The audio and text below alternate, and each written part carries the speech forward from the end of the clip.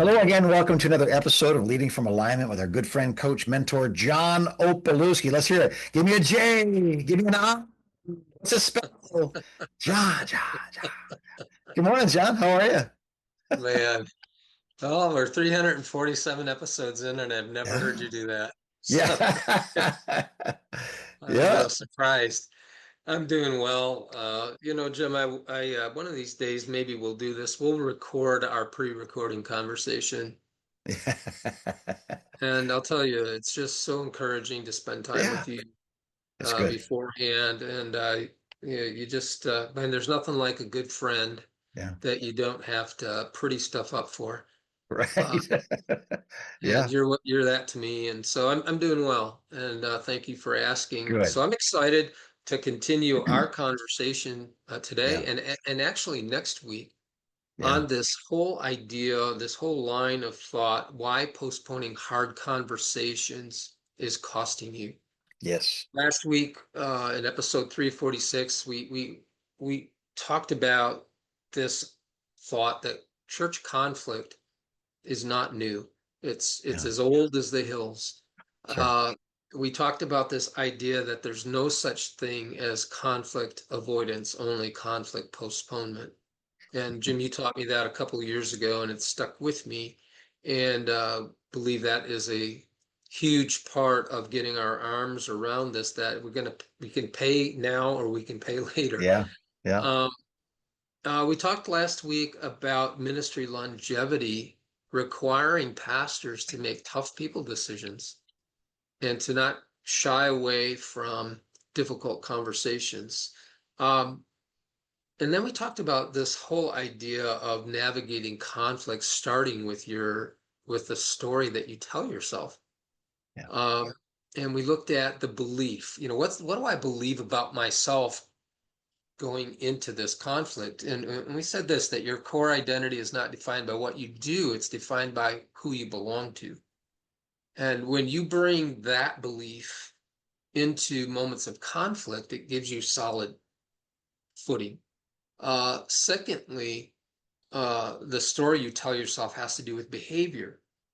And we talked about learning to become our own best friend instead of our own worst critic. And Yeah. we posed this question last week, Jim. What story am I telling myself that stops me from engaging conflict? Yeah. I can't, some of the stories, I can't do this. I don't want to do this. What if everything falls apart? Right. What if it blows up? What if there's collateral damage? Yeah. And we go into, if we say those things to ourselves going into conflict, we are handicapping ourselves. We're sabotaging Yeah. ourselves, and we go into that conflict not strong, not in the strength we can. And so we talked through that. And then Yeah. lastly, so there's the story we tell ourselves has to do with what we believe about ourselves, what we say about ourselves. Can I just say this, that here's a story you should tell yourself when it comes to conflict. You should tell yourself this: I can handle this with God. Yeah. It's good. I'm capable. And if you've had experience with this, remind yourself, hey, I've been down this road before Yeah.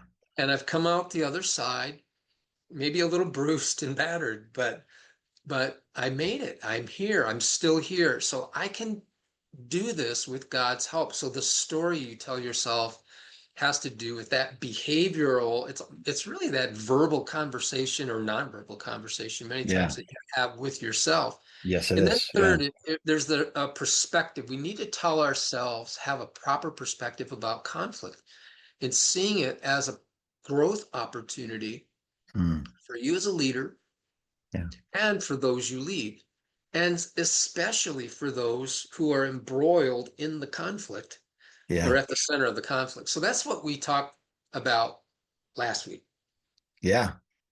What Uh, can we possibly add to that list? That is a great list. I know you're saying we have 2 more weeks of this, yeah, but we can do. I just say, John, I think we talked about this for 6 months straight. It would still be helpful to those who are listening because one of the things a leader, especially a pastor who's leading often a team of volunteers who are attached to each other. It is one of the most significant leadership challenges there are It because is. one person can change the dynamic of a whole ministry, a whole church, a whole company. And if you don't deal with that one person, as the title declares, it will cost you. It will That's cost you right. dearly. Yeah.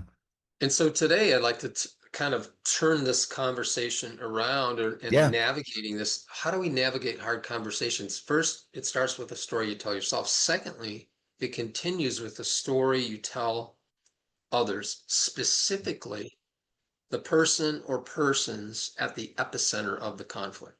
Okay. All right. So that's where I'd like to uh, So just to uh, be clear, we're now talking about how we're going to approach the individual. Is that that's today? correct. Good. That is correct. The Okay. individual or individuals who are in the center of this Yep. thing that we're trying to navigate. And I'd like to give 6 uber practical Yeah. suggestions today, some ideas around how to have these kinds of hard conversations and make tough calls.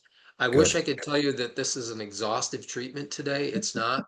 It's more like a Hmm. starter kit. Hmm. Um, you want to talk about time to have a coach in your life. I mean, this is it. Yes. I Yeah. mean, uh, I've had coaches who have helped me through hard things. They saved my life, basically. Yes. Um, and Yeah. so when it comes to tough conversations, when you're wanting to approach the person in question here who's been at the epicenter of the problem, some leaders tend to bully, and we have to Okay. acknowledge that, right? Yeah. Yeah. Most leaders tend to wimp out. Yeah. Right. And the And bullying is how often an overreaction because they're afraid. So they come on too strong instead of being humble and gentle. And That's right. so, yeah. Yeah. Health is in the middle of Yes. those two extremes, So if you get your jollies dealing with conflict, if you Mm. just like are licking your chops and rubbing your hands saying, I can't wait to do this, you might be a bully. All right. But if you delay and avoid and obsess and pray for Jesus to come back before you have a hard conversation, Yeah. you might have some wimp Yeah. tendencies. And Yeah. and so how do we find this in between spot? That's what I'd like us to talk about Great. today. So Yeah. here are 6 practical steps I think might help. And Jim, I'll give them one at a time, give you an Yeah. opportunity to respond if you'd like. Here's the first Great. one. Be humble and curious. Yeah. So when it's time for a difficult talk with a teammate, a staff member, a church attender, understand this. You probably don't have all the facts. Yeah. So here's an idea to get this difficult conversation started. It could go something like this. Hey, Joe, we both know there's an issue. Would Yeah. you agree that there's an issue here? Right. Most of the time you'll get agreement. And then take a minute to explain it at a high level, 50,000-foot level. Yeah. So here's how I kind of see this, but before I get too deep with my perspective, help me understand it from your perspective. Brilliant. Brilliant. Yeah. Because trying to understand their perspective, let me say this, that it doesn't mean you're going to end up agreeing with their perspective. Yeah. But here's what we do know, that people tend to respond better to you when you give them an opportunity to share their perspective without interruption. Yeah. Now, you got to set a time limit. Yeah. I'd say, okay, 5 minutes, go. Yeah. Depending on the severity of the situation, it might be Yeah. 10 minutes. I'm going to give you 10 uninterrupted Right. minutes Right. just to share and let them share. Douglas Stone wrote this. He said, people almost never change without first feeling understood. Mm. Yeah. And so start with humility, start with curiosity. I love the way Stephen Covey puts it. He says, seek first to understand, then to be understood. Yeah. So that's the first one. Be humble and curious. What do you think, Jim? Well, I think again, if people are listening right now and saying I can't do that because he's a bully, because this, because that, again, I think most, anger is a secondary emotion. It's not, I'm jealous, so I became angry to overpower my jealous the tendency, I'm afraid, so I puffed up. Look at the natural world, right? When something's threatened, all the peacock feathers come out. So I think what this Right. does is says, listen, you're in a safe place. I'm actually going to give you the floor for the first 10 minutes. So you can describe to me as if I were a third person the problem Yeah. as you see it. I'm going to listen carefully. I may have some questions after you've had your 10 minutes, but and then you can clarify That's that right. point. But let's see if we can't work this out. That diffuses that need to be aggressive because now they're Yes. free to say what they want to say, you know? And again, I think there is the person who just wants to hurt you. Hmm. Maybe that guy doesn't fall into this, but if there's room for working this out, this is the brilliant first step that makes everybody involved feel safe.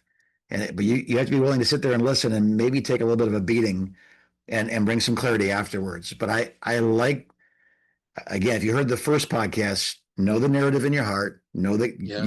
you are God's son, know that he's got you, he's going to get you through this. And now I can listen. I had one of these one time with a guy, went on for 3 hours. And in the Hmm. end, I concluded the matter by saying, here's the problem. My insecurities do not play well with your insecurities. And we're both insecure. Can we agree on that? Absolutely. Well, we're friends today. Knowing that, don't ever do that stuff around me again. I'll never do my stuff around you again.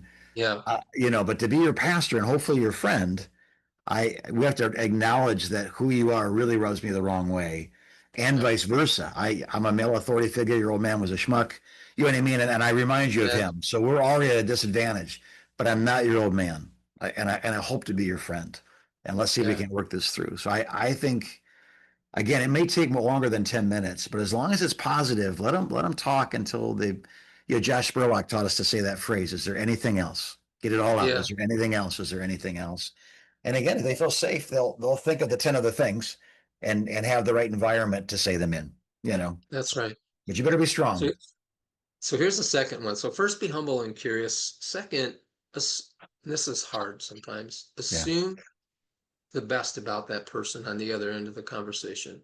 But again, what a great place to start. Yeah. I mean, and here's how I do this. I ask myself before the conversation starts, is it possible I'm not accurately interpreting what they said or did?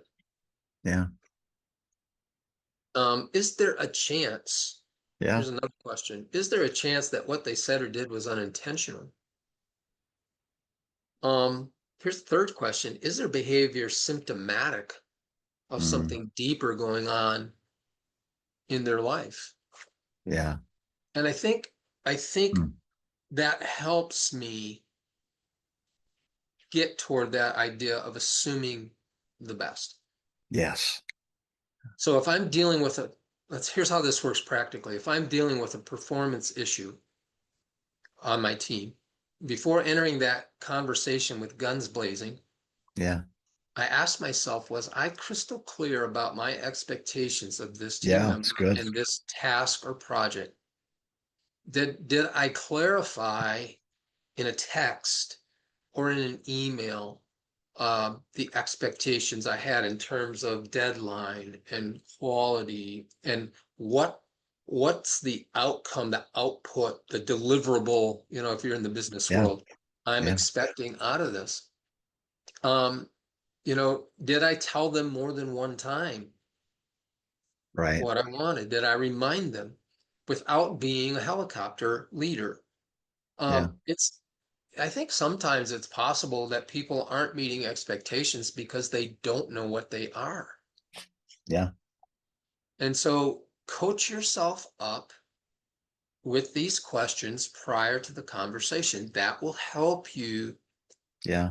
have this posture of, I'm going into this thinking, maybe this was unintentional.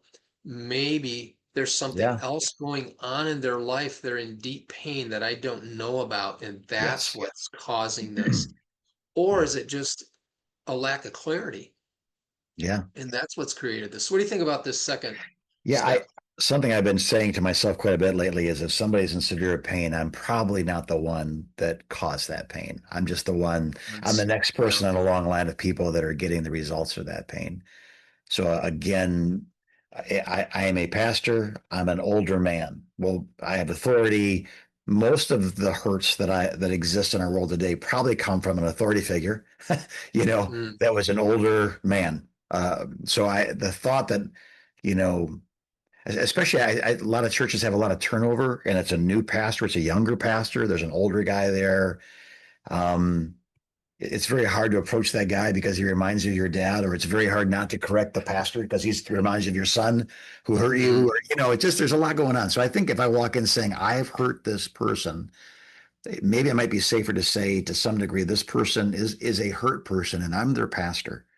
So I not only should I not be afraid of the conversation I'm about to have, I should look for healing moments in our yeah, conversation where I can pastor them back to a place of safety and security. So they're not my enemy. Even if they are my enemy, I'm supposed to love them and pray for them and bless them when they curse me. This is the teachings of Jesus. So the insanity needs to stop. I may have caused the insanity, but more likely than not, I inflamed the insanity that had already been, yeah, you know, realized in this person's life. And that's uh, right. I'm not your dad. I'm not the pastor that hurt you 3 years ago. I'm not that, but I want to sit in that role and humbly apologize. I mean, you were treated badly. I'm so sorry. That kind Yeah, of stuff that people begin yeah, to cry. They came in angry. They begin to weep, and there's a healing moment that's possible, at least. yeah. There's this idea of like maybe I've pushed a button. Yes. I've touched a sore spot that Nine times hasn't out of been 10, that's what's that happened. hasn't been healed. Yeah. And maybe this is an opportunity for healing to actually Yes. happen in that person's life. Yeah. So um, assume the best about the person to the best of your ability. If you And can. this Yeah. next step really is on the heels of it, of the second one, and that is own your part in the conflict, own your Yeah. part in the difficulty. So Yeah. asking yourself, what, if anything, have I done as a leader or failed to do that may have contributed to the conflict? Yeah. I'm of the mind, Jim, that in most relational conflicts, not all, but most, the parties involved each contributed in some way. Yeah. And I'm not saying it's equal contribution. Maybe you've contributed 5% to the problem. Yeah. Own the 5%. Yes. Um, so again, if I'm a pastor, let me give you an example of how sometimes we as pastors are contributing 5 or 10% to this issue. Maybe more, but we're going to be gracious this morning and just say 5 to 10%. If I'm a pastor who has postponed hard conversations for weeks or months or years, I've contributed to the problem. Yeah. If I've triangulated, which is a Hmm. fancy word for talking to somebody else about the conflict Yeah.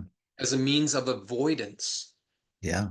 instead of talking directly with the person causing the issue, then I've contributed to the problem. Yeah. Um, if people fear coming to me as a leader with issues because they feel I'm unapproachable or I'm not going to do anything about it, I've contributed to the problem. Yeah. And so you'll notice these first three steps are all about you as the leader. Yeah. Yeah. That's good Uh, though, right? I think so. I think you it know, is good. be at peace with all men as far as it depends upon you, right? So we're going to start with depending on what we can do before we demand everybody change. Yeah, I like that, owning it. Again, you walk in with humility, saying, listen, what I want is peace, clarity, unity. I want the thing that's hurting both of us behind us. I'm looking Yeah, for the source of that. And the things I've done, I want to apologize in advance for. You can be as honest with me as you like. I'm not here to defend myself. I'm here to resolve this issue. That's a very different environment than you got 5 minutes. Go ahead, explain yourself. yeah, It's yeah. yeah, And the Pastor, this is tone. hard. This is really a hard part of this process Yeah, is owning and admitting your part because some pastors say, well, that will position me in a weak, that'll put me in a weak spot. That'll put me in a vulnerable spot. It yeah, might, but I think there's a greater chance that yeah, defenses will be lowered and the temperature of the conversation might go down if you say, you yeah, know what, you're right about that. I yeah. didn't I didn't do that well. I apologize for that.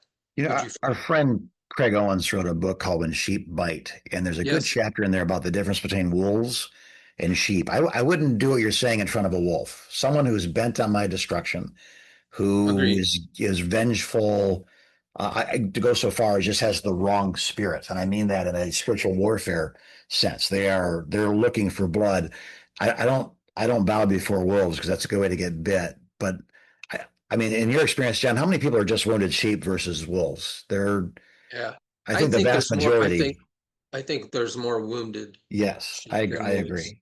And Yeah. there are, and I think maybe one of these times on the podcast we'll talk about, I mean, characteristics of a wolf. Yes. Um, and I mean, there are certain people that are just dangerous people Yes. that you shouldn't put yourself in their path.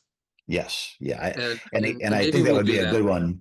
So I just want to make it clear then what you're saying right now is every situation we should do all these things. Some situations call for a rod and a staff. That you're a That's right. shepherd, there's a wolf among sheep, That's right. and And you're responsible to deal with it abruptly and with finality. yeah, But and even this conversation could end yes, up that way, yes, depending yeah, on how the that's conversation a great goes. point. That's a And great point. we'll get here. But I'm glad you raised that point because and we have to be super careful with this, right? Yeah, It would be so easy to label anybody who disagrees with you as a right. And I get to treat them. yeah. I turn And them over to Pastor, Satan for the destruction of their flesh. Like, wait, they just yeah, asked what time the potluck was Thursday. Why are you so upset about? You know? right. Yeah, And so Pastor, you can't go there, right? That's lazy thinking. yeah, That's totally black or white type of yeah, thinking. That's not going to get you very far. Um, so suffice it to say that there is that percentage of the population who I would consider to be people who they're not just foolish, they're evil. yes. Those are very succinct words that would be very helpful, I think, to some of our listeners. Like, you telling me I have to go home on myself before this evil person? Like, no, that's not what we're saying at all. Yeah, That's right. And I'm so glad you pushed up on that. Here's the fourth step, and yeah, Pastor, I think we should have to say this, but I'm going to say it anyway. Listen for real, like for yeah, real, yeah, because listening to the other party helps you learn.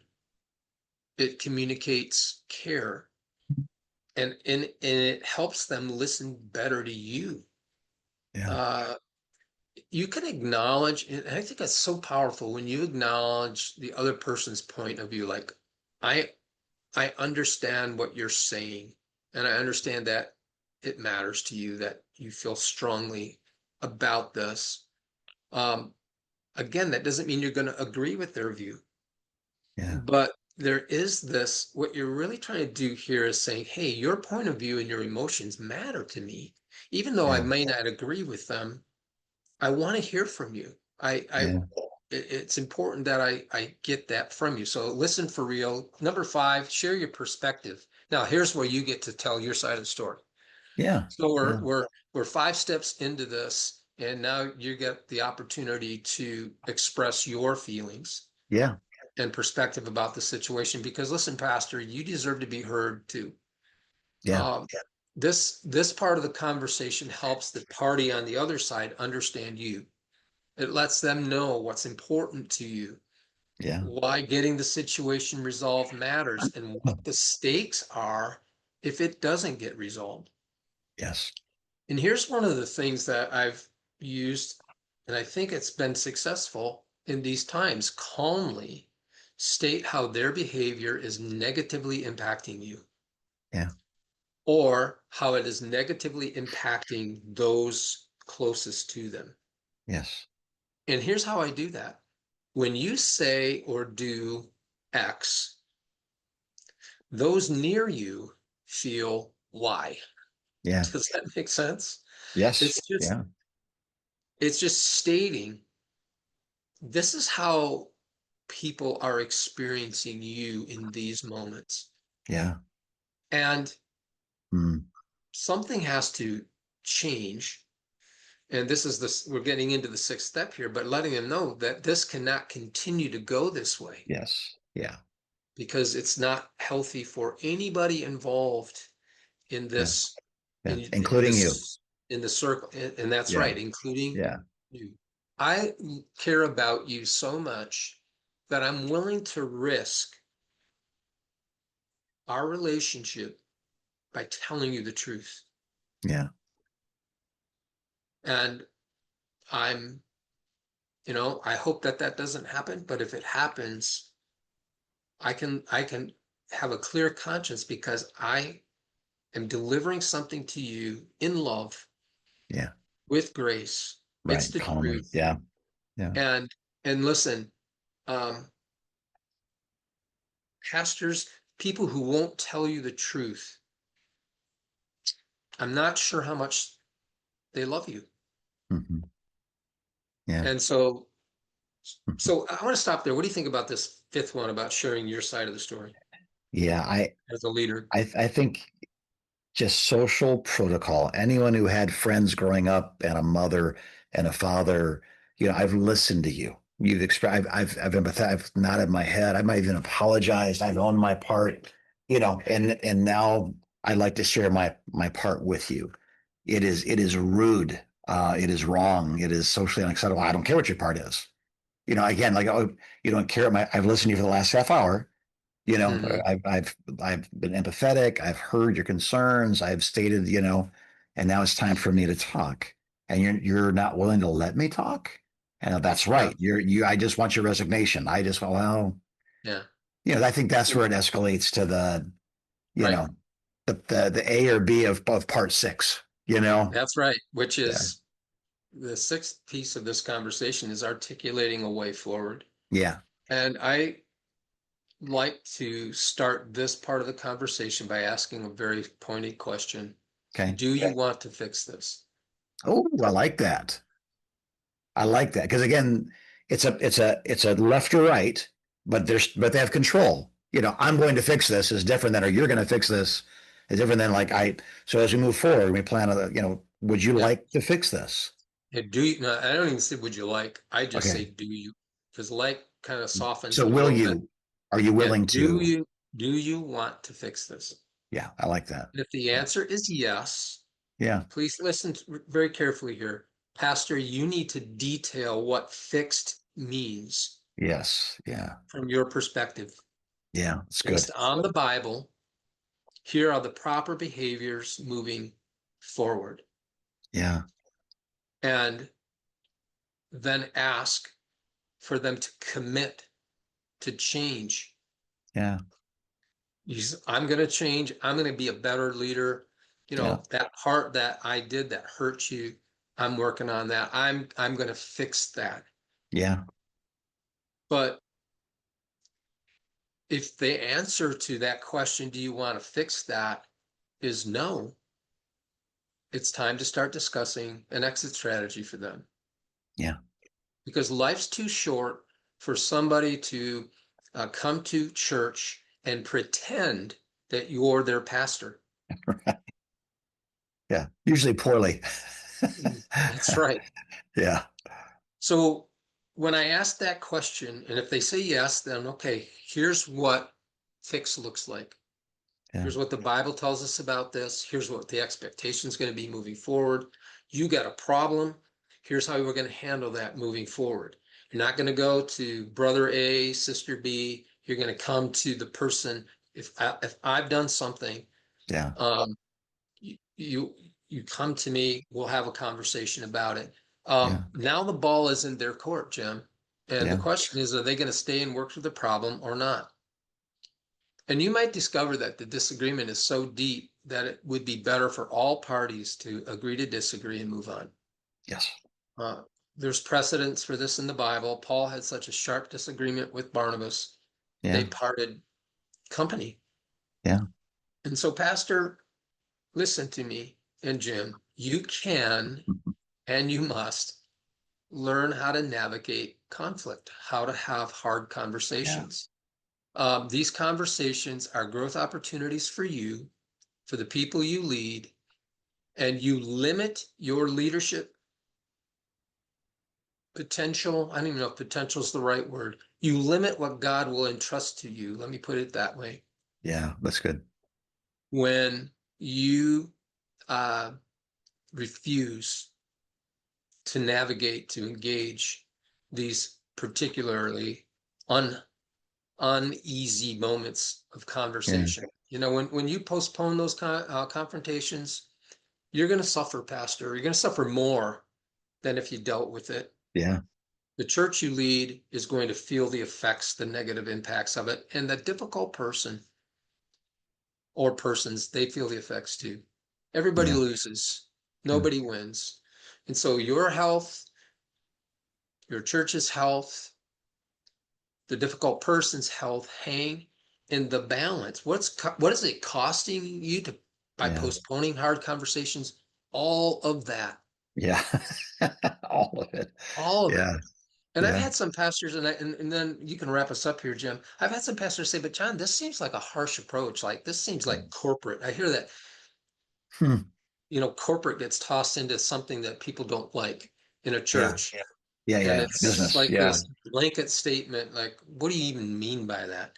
Yeah. Um, uh, and they say, isn't this unloving? And I say, no, Mm. it's not unloving. It's one of the kindest things you can do Yeah. and Right. biblically sound things to do to speak the truth in love to a Yeah. person in your church who Yeah. is causing turmoil and is wreaking havoc in the church that you lead. Yeah. When I learned that, it set me free. No, this isn't Yeah. me being mean. Yeah. No, I can be mean if I'm not careful. I got to watch it. Yeah. But me speaking the truth in love is not mean. It is actually loving. It Yeah. is courageous. It is perhaps that difficult person's only shot at growing up because nobody in their life's had enough courage to say, you know what, you can't do that here anymore. Right. Right. So I think I'll stop there. And next week, we're going to Yeah. talk about the story we tell to those in the debris field of the conflict. That's good. I They're think not that's one of the directly greatest involved. fears. Yeah, one of the reasons people don't do it is what happens if I do. It's not just him; it's his wife and their friends and the kids and the. That's right. Yeah, I think that's a great deal. Can I ask you one last question? I know we're up against time here, Sure. but this is a person who has a problem and there's difficulty and division and potentially gossip and all this stuff. What about the sweet old lady that's been playing the organ for 30 years, but now you're changing the music style, for Yeah. example?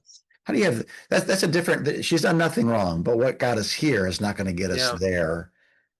Yeah. Does And all I this think apply to them as well, or how would that Uh, sound different? I think that's a little different scenario, right? I mean, Yeah, she's not necessarily causing a lot of trouble. right. She's She's not just upset about the new music. She's not fighting for, her right. organ. And I think maybe where I would go with that is understanding that change is more about loss than it is Mm, change.